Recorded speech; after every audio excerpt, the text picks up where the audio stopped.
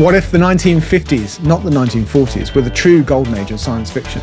Let's explore 10 groundbreaking books from the 1950s that influenced the genre forever.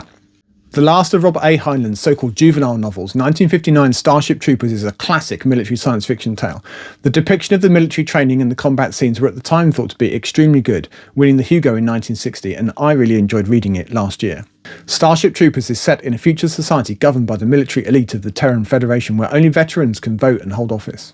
We follow Johnny Rico, a young recruit in the mobile infantry. The story opens with Rico's platoon, Razak's Roughnecks, conducting a deadly raid on an enemy colony. But Rico's journey really begins with his high school graduation, deciding to enlist due to his beautiful classmate Carmen Ibanez's influence, despite his parents' disapproval. Training is grueling, marked by harsh discipline and intense combat simulation, with Rico making the usual rookie mistakes. The rest of the book follows Johnny in his first combat missions. The combat scenes are really well done, I think. Heinlein does a good job imagining how an assault operation might actually work with advanced weaponry and the advantages a powered exoskeleton might offer. Rico's unit suffers severe losses and he rises through the ranks, eventually joining officer training. Reuniting with his estranged father, now a fellow soldier, Rico faces his final test, commanding a raid against the Arachnids. The novel concludes with Rico as a second lieutenant leading his renamed platoon, Rico's Roughnecks, into a battle against the bugs. Childhood's End by Arthur C. Clarke, published in 1953, follows Earth's peaceful alien invasion by the overlords, leading to decades of utopia, but at the cost of human identity and culture. In the late 20th century, as the United States and the Soviet Union compete to launch the first spacecraft into orbit, alien spaceships suddenly position themselves above Earth's principal cities, a visual image borrowed for more sinister purposes in the movie Independence Day. After a week, the aliens, known as the Overlords, announce that they're taking control of international affairs to prevent humanity's extinction. They allow humans to continue to manage most of their own affairs, but remain unseen, with their leader, Carolan, interacting periodically with the Secretary-General of the United Nations. Carolan promises that the Overlords will reveal themselves in 50 years once humanity has adapted to their presence. When they finally reveal themselves, let's just say that there's a devil of a surprise for humanity. Under the Overlord's supervision, humanity enters a golden age of prosperity at the expense of creativity. The Overlords show interest in psychic research, and Rasha Varric, an Overlord, studies related books at Rupert Boyce's house. During a party at their house, a Ouija board reveals the Overlord's home star, prompting Jan Rodericks, an astrophysicist, to stow away on an Overlord supply ship and travel to their planet. But what is the Overlord's true purpose? Why are the children behaving strangely? This is a tale of radical evolution, triggered and supervised by the Overlords. Is there any limit to the children's collective power, and what does this mean for the fate of humanity? After the brief vacation of the Overlord's homeworld with the benefit of time dilation because of the relativistic speeds, Jan returns to find Earth transformed with humanity effectively extinct. The remaining Overlords study the evolved children from a safe distance. As the children's powers grow, it becomes too dangerous even for them to stay. The Overlords offer to take Jan with them, but he chooses to stay to witness and document humanity's end. From a narrative perspective, there are some parallels with another 1950s classic, John Wyndham's Midwich Cuckoos. Each book answers the question, what would an alien intelligence want with us? How would they achieve it? The outcomes are very different, but I think that they have a similar vibe. Children's End was a massive commercial and critical success, selling out its first print run of over 200,000 books, marking Clarke's transition from a short story writer to a science fiction novelist of note. Not his first robot story, but his first full-length novel involving our positronic pals, Isaac Asimov's The Caves of Steel is a detective story in a science fiction setting, published in 1954. We're introduced to the protagonists Elijah Bailey and Daniel Olivor, lead characters in 3 further robot books. Set 3 millennia in the future, humanity has colonised 50 spacer worlds, wealthy and sparsely populated, reliant on robot labour. Earth, conversely, is overpopulated with 8 billion people and restricts the use of robots. As an aside, we have 8 billion people now, just 70 years later. Where are our robots? Earth cities, the titular Caves of Steel, are now underground, where fear of open spaces prevails. The plot centres on the murder of the spacer ambassador who advocated for easing robot restrictions on Earth. A faction of spacers aims to revitalise their stagnating society by encouraging Earth's further space exploration and colonisation, despite Earth's irrational antagonism towards robots and their agoraphobia. Plainclothesman Elijah Bailey is forced to work with spacer robot Daniel Olivor, doubly objectionable to Bailey because he appears human, unlike the clunky metal robots used on Earth. They're both on the hook to investigate the ambassador's murder. Sharing most Earth's prejudices about robots, Bailey is initially distrustful, but he gradually learns about the spacers' intentions and their need for human-robot cooperation. As their investigation progresses, Bailey is co-opted into the spacer cause.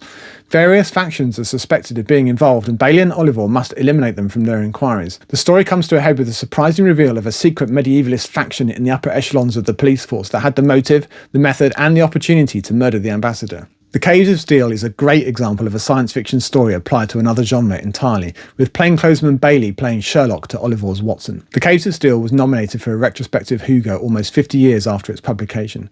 I really enjoyed The Caves of Steel and the other robot books when I was in my teens, and I think I'm well overdue a reread. Already a very prolific short story writer, he had 27 published in 1953 alone. Philip K. Dick was persuaded into writing a longer form work which was later sold to Ace Science Fiction. Solar Lottery, Philip K. Dick's 1955 debut novel, explores themes of chance and destiny in a world governed by lotteries. Ted Bentley finds himself in a society where leaders and assassins are randomly selected. Chosen as part of a committee to assassinate the new leader or quizmaster, Bentley must navigate the unpredictable and dangerous system to decide his course of action. The novel, also known as World of Chance in the UK, foreshadows many themes in Dick's later works. Solar Lottery is set in 2203 in a Phil Dickian world governed by logic and randomness, inspired by game theory. The head of the world government, the quizmaster, is selected through a computerized lottery system, ensuring that no individual has an inherent advantage. Society is engaged by a televised selection process that also randomly chooses an assassin tasked with killing the quizmaster, a process which sounds an awful lot like TV talent shows of the last 20 years. The leader must survive these threats with the help of telepathic bodyguards to gain public respect. If the quizmaster is killed, a new one and another assassin are selected, with the average tenure being just a few weeks. The story follows Ted Bentley, an idealistic worker dissatisfied with his life who seeks a job with the quizmaster's office. However, Rhys Verrick, the outgoing quizmaster, tricks Bentley into swearing loyalty to him. Verrick's mission is to assassinate the new quizmaster, Leon Cartwright. To bypass Cartwright's telepathic security, Verrick's team creates an android, Keith Pellig, to disrupt the telepathic defences. Will their plot be successful, and does Bentley escape unscathed? Solar Lottery is a fairly minor work of Dick's, and it's noteworthy chiefly for being Philip K. Dick's first published novel, the first of many, a harbinger of a major science fiction talent, a respected cult figure for decades to come. Before we go on, what's your favourite science fiction book from the 1950s? Did I miss out a key work from that period? Did you love any of these books back in the day, or are you a first timer on any of these books? Do let me know in the comments down below. I'll be delighted to hear from you. The Demolished Man by Alfred Bester was published in novel form in 1953, winning the first Hugo Award that year, and it's one of the first science fiction books that I read, aged around 12. That's in 1983, not 1953, I'm not that old.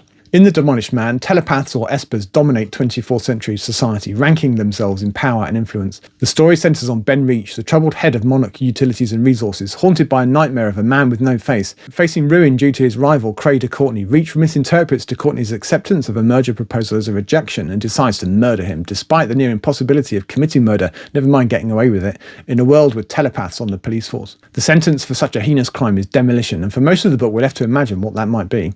Reach concocts an elaborate plan, enlisting esper accomplices and using an earworm jingle to mask his thoughts. During a game of sardines at a high society party, Reach executes his plan, but an unforeseen witness, de Courtney's daughter Barbara, complicates matters. Detective Lincoln Powell, a powerful telepath, takes on the case, gathering evidence through traditional means due to the telepathic evidence being inadmissible in court. Most of the book is an escalating game of cat and mouse between Powell and Reach, a battle of wits, of play and counterplay. As Powell closes in on Reach, the chase spans the solar system with assassination attempts and psychological twists.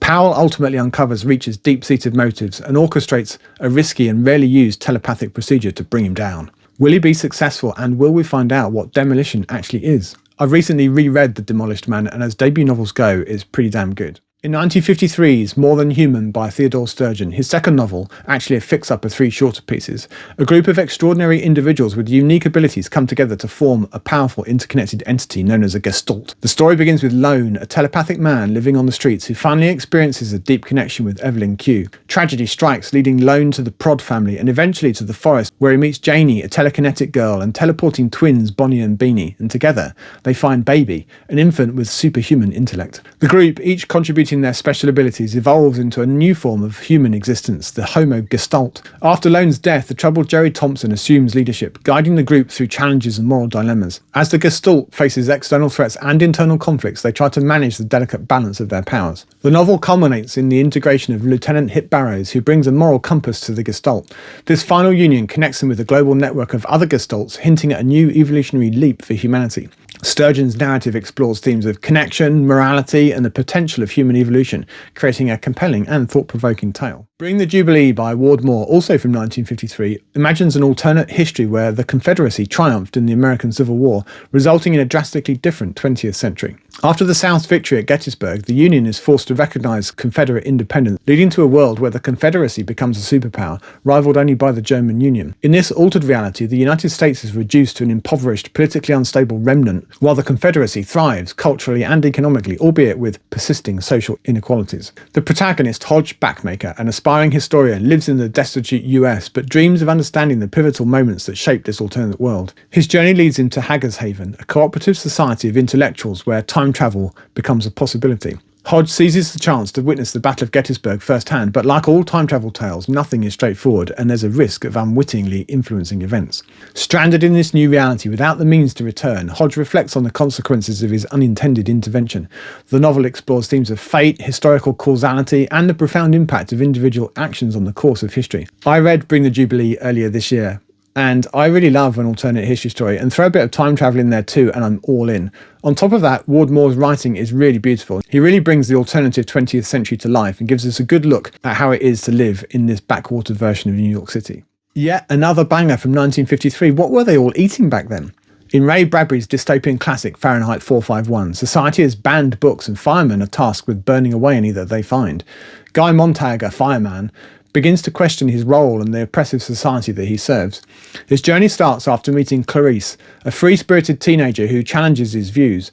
Montag's disillusionment deepens when he witnesses a woman choosing to die with her books rather than live without them, a literary hill to die on with which I can sympathise. Amid societal apathy and relentless censorship, Montag steals a forbidden book and seeks enlightenment from Faber, a former professor. And together, they plan to subvert the anti-intellectual regime. Montag's rebellion reaches a climax when he is forced to burn his own home and ends up killing his fire chief Beatty in self-defence. On the run, Montag joins a group of exiled intellectuals dedicated to preserving literature through memorisation. The novel's backdrop, influenced by McCarthyism and fears of censorship, underscores Bradbury's concerns about the loss of intellectual freedom and the rise of mass media's shallow distractions. Bradbury believed that radio and now television were conspiring to rot the brains of the American people and that the written word was on its uppers. Fahrenheit 451 is a powerful warning about the dangers of censorship and the enduring importance of literature and critical thought. Montag's transformation from a conforming fireman to a guardian of knowledge illustrates the resilience of human spirit against tyranny. Kurt Vonnegut's The Sirens of Titan is a comic science fiction novel that covers the themes of free will, omniscience, and humanity's purpose. Set in a future where the wealthiest man, Malachi Constant, embarks on an extraordinary journey, the novel takes us from Earth to Mars to Mercury and finally to Titan, Saturn's largest moon. Constant's adventures are orchestrated by Winston Niles Rumford, a wealthy space explorer who, after entering a chronosynclastic infundibulum, becomes a quantum wave phenomenon with the ability to see all past and future events. Rumford manipulates events, including a failed Martian invasion of Earth, to serve his own enigmatic purposes. He also establishes the Church of God the Utterly Indifferent, uniting humanity under the belief in a detached and uncaring deity. On Titan, Constant encounters Salo, a robot from Tralfamador, stranded for millennia whilst delivering a message to a distant galaxy. An absurd truth is revealed, rendering most of humanity's development meaningless. We consider profound truths about humanity's existence, the universe's vastness, and the often absurd machinations of fate. Sirens of Titan is a blend of wit and existential inquiry, ultimately suggesting that the meaning of life lies within each individual, despite the seemingly indifferent cosmos. I have a bit of a science fiction confession to make. I read this book last year and I really hated it. I didn't get on with Vonnegut's absurdist style at all, and I thought that the book was pointless. I do seem to be in a very small minority, however, so please don't let me put you off. 1954's Mission of Gravity by Hal Clement is a gripping tale set on the extraordinary planet Mesklin, a rapidly rotating, highly oblate world with extreme gravity variations. Mesklin's day lasts just under 18 minutes and its surface gravity ranges from a crushing 700 g at the poles to a mere 3 g at the equator. The story unfolds through the perspective of Bar Lennon, a centipede-like native captain, and Charles Lackland, a human explorer. Barlaman's trading expedition to the equator intersects with Lackland's mission to retrieve a stranded scientific probe from the pole. Despite the vastly different gravitational environments they hail from, the two strike a deal. In exchange for human weather warnings, Barlaman agrees to recover the probe. Throughout their perilous journey, they confront various challenges, from hostile native factions to treacherous weather conditions. Mission of Gravity combines adventure with scientific exploration as the Mesklinites gradually overcome their fear of gravity and learn to harness aerodynamics, even making their raft Bree fly at the poles. Hal Clement's intricate world building and meticulous scientific accuracy offer a captivating glimpse into life on a planet with extreme conditions. Mission of Gravity was celebrated for its imaginative planet building and remains a seminal work in rock-hard science fiction, evoking a profound sense of wonder and discovery. If you like a vintage science fiction tale, you can fill your boots with space opera from the 1950s up here, or with a look at the official golden age of science fiction down here. As always, thank you for watching, and until next time, goodbye for now.